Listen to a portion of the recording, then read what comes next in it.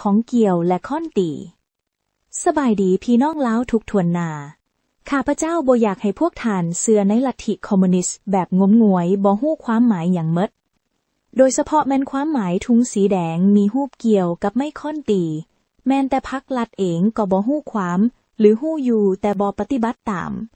แม่นแต่ทุงชาติลาวในปัจจุบันก็บ่เข้าความหมายของค่ายคอมมิวนิสต์อีกซ้ำเพราะฉะนั้นการบริหารของพวกเพิ่นจึงบ่เข้ากับหลักฐานของสังคมนิยมแต่อย่างใดเลยมีแต่อำนาจเผด็จการเท่านั้นเข้ากับระบบคอมมิวนิสต์ต่อไปนี้แม่นรายละเอียดเกี่ยวกับความหมายของทุงสีแดงเกี่ยวและค่อนตีสัญลักษณ์ที่มีชื่อเสียงที่สุดของคอมมิวนิสต์แม่นค่อนตีและเกี่ยวสจจ.มันมีต้นกำเนิดในช่วงการปฏิวัติรัสเซียและเป็นตัวแทนของสหพันธ์กรรมกรสองสั้นคือค่อนตีเป็นสัญลักษณ์ของกลุ่มชนชั้นกรรมกรอุตสาหกรรมกรรมกรโรงงานและตัวเมืองเกี่ยวเป็นสัญลักษณ์ของชาวเกษตรกรกรรมกรเกษตรกรรมและชนบทสัญลักษณ์ของคอมมิวนิสต์ที่สำคัญอื่นๆดาวแดงมักถูกวางไว้เหนือค่อนตีและเกี่ยวมันเป็นตัวแทนของนิ้วมือ5 นิ้วของมือกรรมกรหรือ5 ทวีปที่คอมมิวนิสต์มีจุดประสงค์เพื่อไสชนะทุงสีแดงสีลักษณ์ของคอมมิวนิสต์เป็นสัญลักษณ์ของเลือดของชนชั้นกรรมกรที่หลั่งไหลในการต่อสู้เพื่อการปลดปล่อยกำปั้นยกขึ้นเป็นสัญลักษณ์ของความสามัคคีความเข้มแข็งและการต่อต้านที่ใช้โดยการเคลื่อนไหวฝ่ายซ้ายหลายกลุ่มพวงมาลัยเม็ดพืชหรือข้าวสาลีพบเห็นทั่วไปในเครื่องหมายสังคมนิยมสิ่งเหล่านี้เป็นตัวแทนของความอุดมสมบูรณ์ด้านกสิกรรมและประชาชนทั่วไปล่อเฟืองหรือเกียร์มักถูกนำใช้เพื่อเป็นตัวแทนของการผลิตอุตสาหกรรมที่ทันสมัยและความก้าวหน้าทางด้านเทคโนโลยีการเปลี่ยนแปลงของภาคพื้นพรรคและรัฐคอมมิวนิสต์ที่แตกต่างกันได้ดัดแปลงสัญลักษณ์เหล่านี้เพื่อสะท้อนถึงสภาพการทางสังคมเฉพาะของเขาเจ้าเกาหลีเหนือพรรคแรงงานเกาหลีใช้ค้อนตี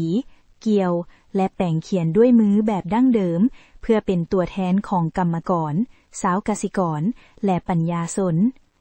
แองโกลามีล่อเฟืองและมีดตัดแทนเกี่ยวเยอรมันตะวันออกอดีตใช้ค้อนตีและเข็มทิศล้อมรอบด้วยเข่าไห่เพื่อเป็นสัญลักษณ์ของกรรมกรปัญญาชนและชาวกสิกรจีนธงชาติมีดาวใหญ่ที่เป็นตัวแทนของพรรคคอมมิวนิสต์ล้อมรอบด้วยดาวน้อย4 ดวงที่เป็นตัวแทนของ4 ชนชั้นทางสังคมพี่น้องลาวที่ฮักแพงโดยเฉพาะแม่นสาวหนุ่มบรรดาเผ่าแต่เหนือถึงใต้เมื่อบรรดาทานฟังความหมายจากต้นต่อของมันนี่แล้วทานฮู้บ่ว่าพรรครัฐของพวกทานบ่ได้เข้าหล่มหรือปฏิบัติตามความหมายของทุงเด้อพรรครัฐบ่ได้ยกสูงคุณค่าของกรรมกรเด้อลบล้างเกียรติศักดิ์ศรีของกรรมกรผู้ออกแรงงานซ้ำโดยเฉพาะแม่นคนออกแรงงานบ่จ่ายค่าแรงงานคือพวกพนักงานครู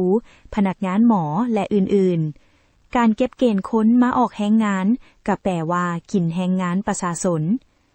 สรุปแล้วพรรครัฐของพวกทานให้เกียรติและยกสูงเกียรติศักดิ์ศรีของนายทุนพุ่นเด้อหลายตัวอย่างกรรมกรลาวเฮ็ดเวียกให้นายทุนจีนเมื่อเขาบ่จ่ายค่าแรงงานเขาแจ้งมายังเจ้าหน้าที่ให้ซอยก็บ่ซอยเข้าข้างนายทุนจีนเสยนี่คือตัวอย่างซัวให้ของพรรครัฐพวกทานและพวกทานหู้เห็นน้ำอยู่บ่หรือว่าเสื้อพรรครัฐจนหูหนวกตาบอดไปเมิดเหตุการณ์ที่ซัวให้เกิดขึ้นอยู่ไสก็บ่ฮู้เลยธรรมดาลัทธิคอมมิวนิสต์ของทานคารมาร์กนั้นแม่นต้านนายทุนลึบล่างนายทุนแต่พรรครัฐพวกเจ้ากลับมาลัทธิคารมาร์กออกพากันมาบูชานายทุนแทนอยู่ไสเส้นทางไปสู่สังคมนิยมของพวกเจ้าอย่าฝันเถิดสาวหนุ่มลาวเลยพากันเปลี่ยนใจสากลสิสวายเกินไป